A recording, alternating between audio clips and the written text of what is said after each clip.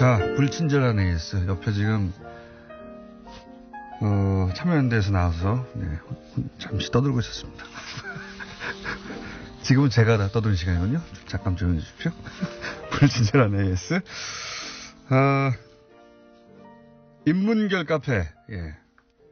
이상우 소장님, 인문결 카페에 갔던 분의 문자네요. 갔더니, 뉴스 공장에서 넘어간 사람들의 공허한 외침만 있습니다. 답글이 없어요. 칠레 푼타 아레나스에서 잘 청취하고 있습니다.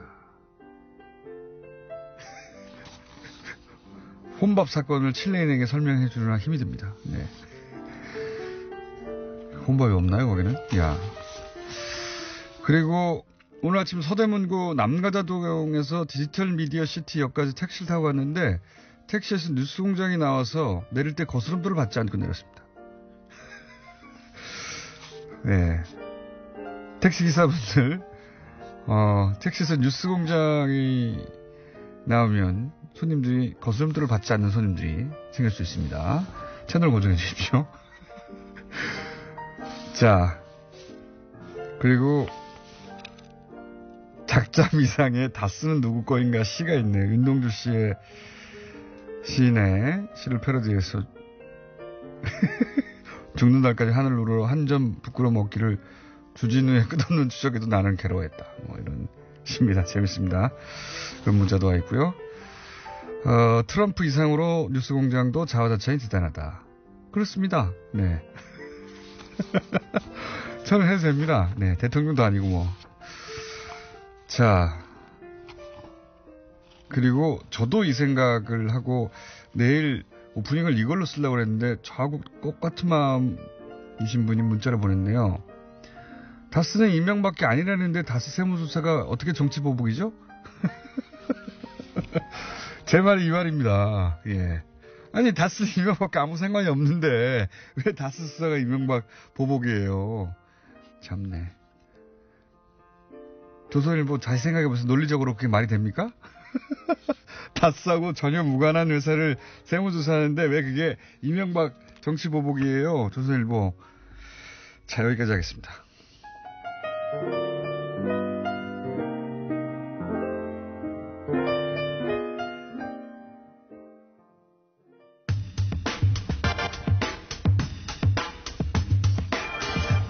자, 참여연대가 검찰에 다스 실소유주가 누군지 밝힐 문건을 확보했다면서 제출했죠. 네. 자, 이제 참여연대까지 이 다스 문제에 직접 나섰습니다. 참여연대 집행위원장 김경률 회계사님 모셨습니다. 안녕하십니까? 예, 반갑습니다. 네.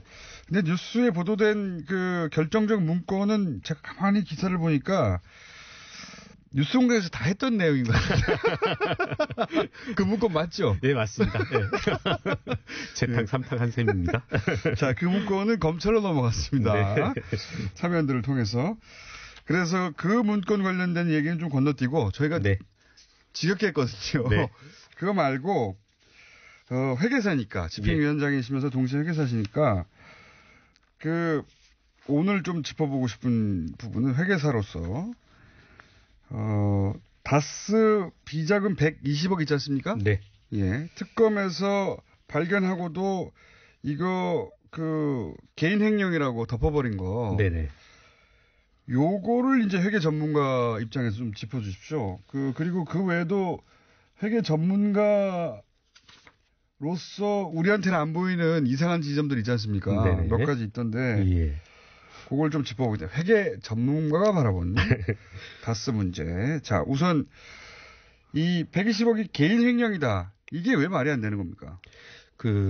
우선 이런 말씀부터 드리고 싶습니다. 그러니까 120억이 횡령에 대해서 정호영 특검이 시인한 것이 불과 한두 달밖에 되지 않습니다. 그렇죠. 예, 그 전까지 뭐 전혀 이야기하지 않고 있다가 사실 뭐 주진우 기자가 확보한 이 자료 그리고 그걸 JTBC 심상정 의원실에서 폭로하면서 이제 어떻게 보면 이제 속된 말로 빼도 박도 못하니까 인정하고 있는 셈인데요. 뉴스공장 얘기해 주세요. 뉴스공장. 맞습니다. 뉴스공장에서도 계속 말씀해 주셨고 이랬을 때 이제 계속 이제 120억을 시인하면서 정호영 특검이 시인하면서 지금 하고 있는 말씀은 무슨 말이냐면 개인 횡령이다. 일개 여직원의 개인 횡령이다. 그렇죠. 이런 말씀들을 하는데 이게 뭐 말이 안 되는 게 뭐 지금까지 처벌받고 있지 않고 회사를 다니는 것도 뭐 더군다나 말도 안 되고요. 그런 건 이제 일반인들이 생각할 수 있는 건데 회계 그렇죠. 전문가로서 볼 때 말이 안 되는 지점은 이런 부분 한번 말씀드리고 싶습니다. 그 비자금의 유형을 한번 두 가지로 나눠볼 수 있는데요. 하나는 그 회사 장부에 남기지 않는 방법이 있습니다. 이것은 개인 횡령이 어느 정도까지 가능합니다. 대우조선에서도 있었던 그 일개 문방구 회사와의 거래를 통해서 한 3,400억 횡령한 사건이 있었거든요. 이런 건 회사 임직원이 모르고 어느 시점까지 가능해요. 유능하네요. 네네. 예를 들어 뭐 3억짜리 물건을 사면서 야 30억만큼 세금 계산서를 떼어다오. 그리고 나는 30억을 송금하고 나중에 27억을 이런 돌려받는 방법. 어느 시점까지는 그 회사가 모르고 일개 개인이 횡령할 수 있습니다. 네. 그런데 이 사건은 보시면은요. 그 사람은 어떻게 됐습니까? 지금 구속돼 있죠. 제 말이 그겁니다. 네, 그것도 결국은 걸립니다. 사실 네. 그것도 결국은. 아니, 제 말은 걸리면 당연히 금액이 어마어마하기 그렇죠. 때문에 구속될 사안인데 일단 구속이 안 된 거 가지고 저희가 계속 얘기했는데. 네네. 그런데 또 하나의 방법은 또 하나 유형은 이 사건의 유형은 뭐였냐면 정호영 특검이 이 사실을 은폐하기 위해서 무엇을 지시했다라고 지금 주장되고 있냐면 120억을 빨리 다스로 입금을 해라. 예, 되돌려놔라는 거죠. 되돌려놓고 그리고 외상 매출금이 회수되는 것처럼 회계 처리를 했단 말입니다. 네. 이게 정호영 특검이 은폐하려면 아까 첫 번째 유형이라면 보고서 눈 감으면 되는 일입니다. 이걸 반납하면 안 되는 거죠. 반납하면 오히려 이상한 거죠. 그런데 이 사건은 반납하고 외상 매출금이 회수된 걸로 처리하라는 말은 그 전에 이미 외상 매출금으로 지금 이게 계상이 돼 있었고. 장부에 남아 있었다. 그렇죠. 장부로 남아 있었고 120억은 회사의 오너가 갖다 쓴 그런 거죠. 이게 막 어렵게 조성한 게 아니라 이건 회사의 오너가 알아서 갖다 써버리면 이렇게 발생하는 유형입니다. 외상으로 쳐놓고 나중에 외상을 계속 안 받는 거죠. 그렇죠. 받을 수가 없는 거죠. 이런 유형이기 때문에 이거는 오너만이 할 수 있는 유형이고 또 어떤 것이냐면 외상 매출금 받을 수 있는 것처럼 해야 되니까 지금 이제 다스 같은 경우에는 다스 CRH라고 하는 미국 현지 법인의 외상 매출금으로 계산을 했거든요. 그럼 미국 현지 법인과 이렇게 공모를 해야죠.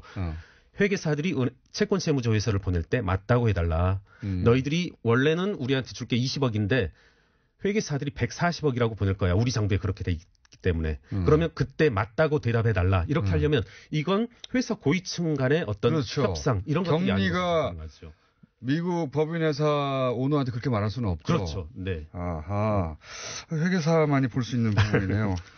그거를 저랑 주진우 기자랑 그 안홍구 청장님이 얘기하다 보니까 회계사가 아니다 보니까 짚어내지 못했습니다. 아주 명쾌합니다.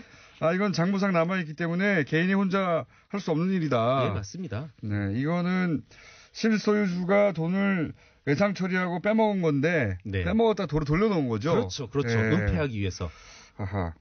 그렇기 때문에 이거는 여직원 혼자 정호영 특검도 회계사가 아니다 보니까 그런 점은 생각을 못했나 보네요.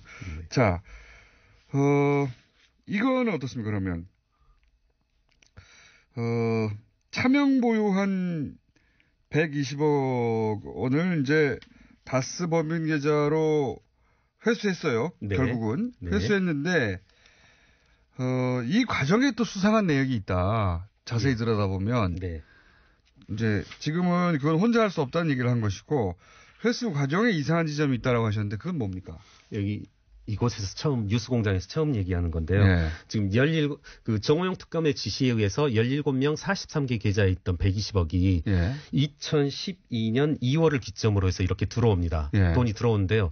이때 43개 계좌에 남아있던 게 다 만기 이전에 달하는 정기예적금이 꽤 있습니다. 만기가 안 된. 네네네. 그러면 소리가 나잖아요. 평소에 이제 꼼꼼하기로 소문난 모 씨의 이제 심정은 어떻겠습니까? 이걸 성명불상자 말씀하시는 거죠? 성명불상자는 지금 넣기는 아까운 거죠. 왜냐하면 그렇게 되면 이자 소득을 잃게 되니까. 그렇죠. 그래서 제가 캠코를 통해서 입수한 계정별 원장을 꼼꼼히 한번 봤습니다. 저도 역시 2월 13일 날 120억이 바깥에서 다스로 입금이 되는데 하루 전인 2월 12일 날 수상한 그 통장의 흐름이 있습니다. 뭐냐면 다스에서 회사 직원인 손모 과장에게 약 40억이 입금이 됩니다. 그리고 개인에게요? 네네.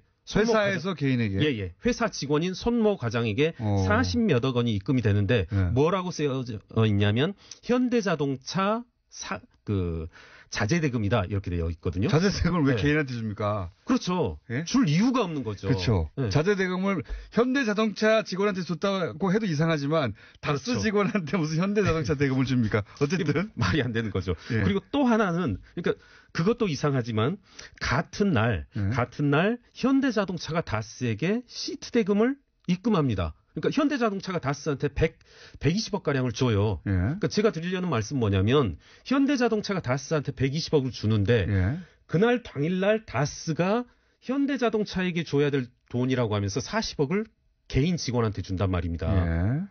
이건 말이 안 되는 거죠. 앞뒤가 전혀 안 맞는데요. 현대자동차가 바보가 아닌 이상은 120억 줄 돈 있고 40억 받을 돈 있다라면 상기하는 거죠 서로. 그렇죠. 40억만 주고 오늘 계산 끝났다 줄 거 받을까 하고.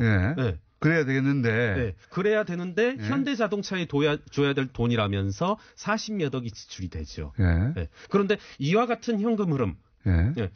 다스가 현대자동차에 줘야 될 대금이라면서 2월 12일 날 손모 과장에게 주는 거, 그리고 이렇게 현대자동차 다스에게 주는 이와 같은 흐름이 이달 있습니다. 딴 땐 또 그러지도 않아요. 이게 정상적인 흐름이 아니니까. 절대 아니죠. 이게 무슨 의미입니까? 제가 봤을 때는 그래서 이때 이 손모 과장에게 입금한 금액은 다음 날 2월 13일 날 손모 과장이 다스에 이 17명의 계좌 이름으로 입금했을 가능성이 있지 않나 이렇게 추측됩니다. 그게 어떤 의미죠? 돈이 아까우니까요. 이자는 아까우니까. 지금 거기에 몇 개 계좌들이 한 10여 개 계좌들이 5월 달이 만기입니다. 그런데 특검은 2월 13일 날 14일 날 입금하라고 했단 말입니다. 근데 그게 아까운 거죠. 그러니까 만기로 내버려 두고 그렇죠. 그 계좌들은 만기가 될 때까지 내버려 두고 요 돈으로 그렇죠. 요 돈으로 120을 만든 거군요. 그렇게 추측됩니다. 현재는. 참 이게 통장 계좌라든가 그다음 뭐 검찰의 수사로 밝혀질 수 있는 내용입니다. 그러니까 그 정기 적금의 이자를 다 받아내려고. 그렇죠. 이해 가셨는지 모르겠는데 저는 지금 방금 이해했습니다. 무슨 얘기냐면 한꺼번에 검찰은 2월 13일 날까지 한꺼번에 다 해지하라고 했는데 그럼 120억이 들어와야 되잖아요. 근데 그중에 일부는 맞습니다. 만기가 아직 안 된 거예요. 그러니까 120억을 현대 쪽에서 받았나요, 그러면? 120억을? 근데 이 현대로부터 받은 돈은 이게 정상적인 그 매출에 대한 그 대금인 것 맞는 것 같습니다. 하필이면 또 120억인데. 그런데 이제 이 돈 중에 일부를 이제 빼서 17명의 이름으로 입금을 해야 되니까 손모 과장에게 보내고 난 다음에 손모 과장은 뭐 다른 이름 찍히게 가능하거든요. 손모 과장이 그 40몇억을 어떻게 처리했나를 검찰에 확인해보면 금방 알겠네요. 그렇죠. 네. 이자가 아까워서 47억을 손모 과장한테 줘가지고 그 돈을 만기를 채우도록. 처리하는 데 썼을. 추측됩니다. 현재까지의 자료는. 그러면 왜 이렇게 계좌를 많이 분산시켰을까요? 그 이유는 이렇습니다. 여러 가지 이야기들이 있는데요. 17, 이것도 상당히 이 부분은 한번 짚고 넘어갈 필요가 있는데 이 17명 43개 계좌라고 하는 게 쉬운 일은 아닙니다. 그렇죠. 이게 상당히 조직적이고 상당히 또 깊은 지식이 있어야만 가능한 거거든요. 담당자가 확실히 있어야 되는 거 아닙니까? 그렇죠. 이거 역시도 이제 사실 일 개인이 여직원이 할 수 있는 개인의 일을 넘어서고요. 말씀하신 이제 질문에 대한 답변을 드리면 이게 그렇습니다. 17명 43개 계좌를 보면은 모두 다 10억 미만으로 이렇게 되어 있습니다. 딱 한 명만 이제 11억, 뭐 10억 7천만 원 이 정도이고요. 이게 뭐냐면 그 예적금이 10억을 넘게 되면은 당시 이자율을 4% 안팎이라고 본다라면 4천만 원 연간 이자 소득이 4천만 원을 넘게 됩니다. 그렇게 되면 이자 소득이 연간 이자 소득이 4천만 원이 넘게 되면 금융소득 종합과세가 이분에게 적용이 되거든요. 17명에게. 그럼 이게 이제 주목해야 될 건 뭐냐면 금융소득 종합과세로 인해서 세금을 두들겨 맞는 것은 별로 두렵지 않습니다. 그렇게 크지 않습니다. 제가 1년에 이자 소득이 5천만 원 발생했다고 해서 그 이자를 종합소득세를 더 내냐? 별로 내지 않습니다. 다만 뭐가 문제가 되냐면 김경률이 연간 이자 소득이 5천만 원이 있다라고 하면 세무서에서 보기에 그런 거죠. 김경률은 애는 예적금이 약 20억 정도가 있다. 그러면 애가 김경률이 20억이 있으려면 과거 한 5년 정도의 네. 소득을 한번 보자. 근로소득 쭉 한번 봤더니 연간 4천만 원, 5천만 원, 4천만 원, 5천만 원. 얘는 그러면 좀 설명해야 될 필요가 있고 애가 직접 네, 어떻게 20억을 만들었지? 설명을 받아야 되겠다. 이런 거죠. 그러니까 이렇게 비자금을 은폐하는 분 입장에선 17명이 필요했던 이유는 12억을 다 모두 다 10억, 7억, 8억, 6억 이렇게 잘게 부술 필요가 있어서 이렇게 조직적으로 해놓은 거죠. 그러니까 소위 이제 국세청의 세무 차를 눈에 띄지 않으려고 하는 거였군요. 그렇죠. 네. 이거는 이게 전문가가 한 거네요. 그렇죠. 네. 이것은 아주 체계적이고 조직적이고 깊은 지식이 있어야만 가능한 이런 형태입니다.